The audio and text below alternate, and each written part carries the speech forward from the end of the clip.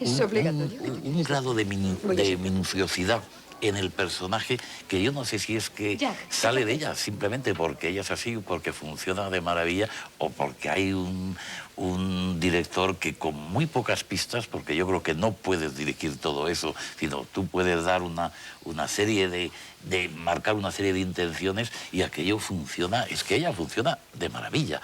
Y sobre todo una cosa que a mí me deja asombrado, la manera de mirar. Porque esta es una película que tiene unos juegos de miradas. Bueno, tú has recordado esa escena de los primeros planos cuando está ella me parece que es con Bruno Kremer en la cama y demás, pero es que cualquiera de las maneras de mirar a cualquiera de sus amigas, cómo establece una relación con el entorno, me parece absolutamente. Sí, hay mucho ese juego de cazar las miradas, por ejemplo, en la escena esta de la comida, cuando ella nota que su amiga Gabriel está mirando a su marido inquieta, sigue las miradas, se da cuenta de lo que está pasando. Hay un trío y de es un personaje que está todo el rato mirando y tiene eso que tú lo señalabas muy bien.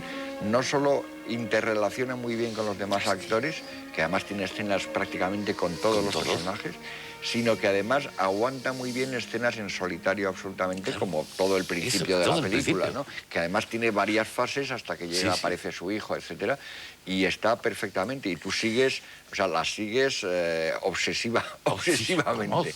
Tú que seguro que lo sabes, yo no recuerdo si ella hizo alguna película con Agnès Varda.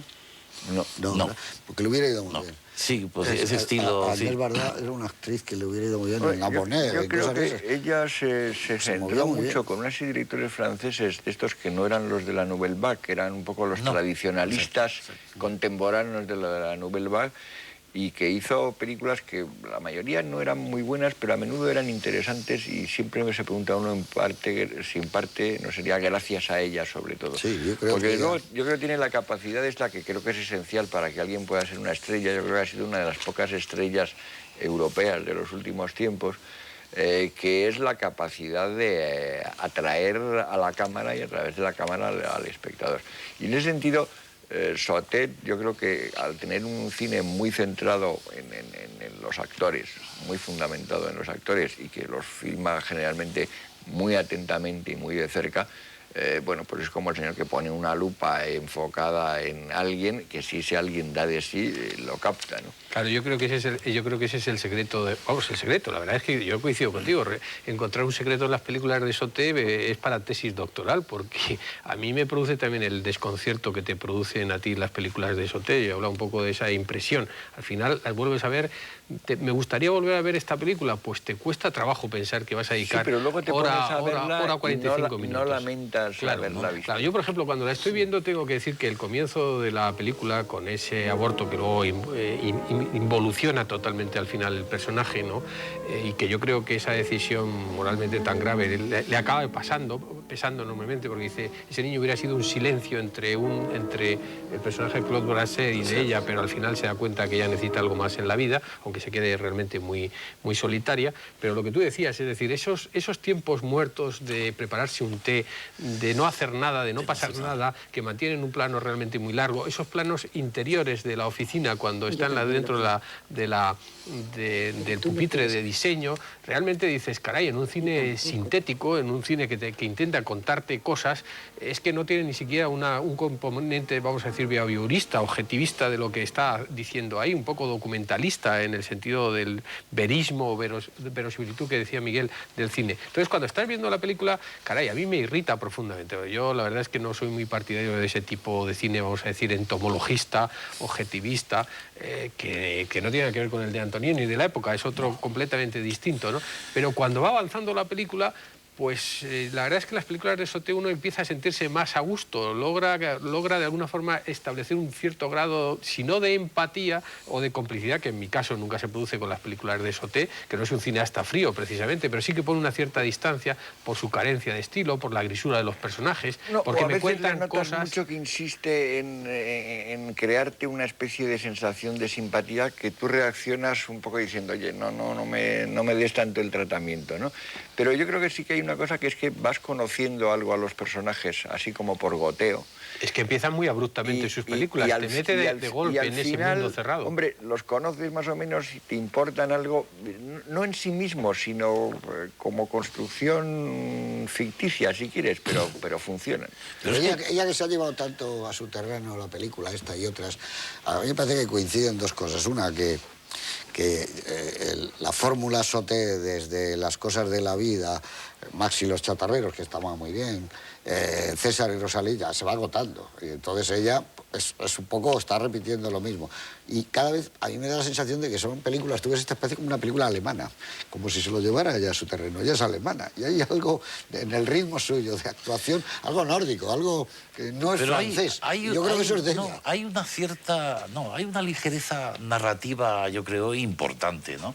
De todas maneras, es que lo que estamos apuntando de alguna manera, yo lo definiría, hay un clasicismo narrativo muy bueno. O sea, es decir, te podrá llevar la historia, digamos, podrás entrar en ella o te podrá costar entrar en ella, pero a la larga el estilo narrativo es justo el que le va a la película y es un clasicismo narrativo y maneja muy bien los elementos.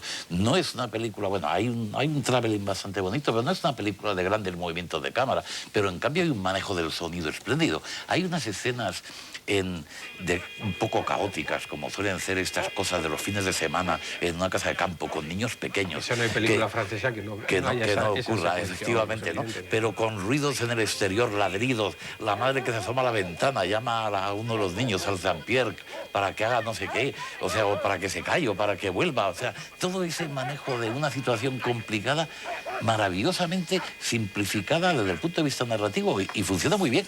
Es que eso es lo que... Pero a mí esa simplificación es la que me irrita un poco, porque dice que cuando recogen una mesa, siempre tarda menos el recogerla, que parece mágico, de lo que se tarda realmente, ¿no? O sea, tiene una tendencia a hacer abreviados cómodos y a veces hace elipsis cómodas también, que es una cosa que de este tipo de funcionamiento, siguiendo lo que tú dices, me irrita un poco. Se levanta de la cama él y inmediatamente está con un pantalón vaquero, está con camisa. Dice, pero qué rápido ha sido esto, ¿no? No puede ser, porque se va a levantar por y hay momentos de esos son elipsis un poco críticos forzadas, que son es más cómodo y tal, y con la cosa del funcionamiento de que la película siga adelante, hace como sus pequeñas... A mí, por ejemplo, me parece, con un director que tendría algo que ver en teoría, me parece lo contrario, por ejemplo, que Piala.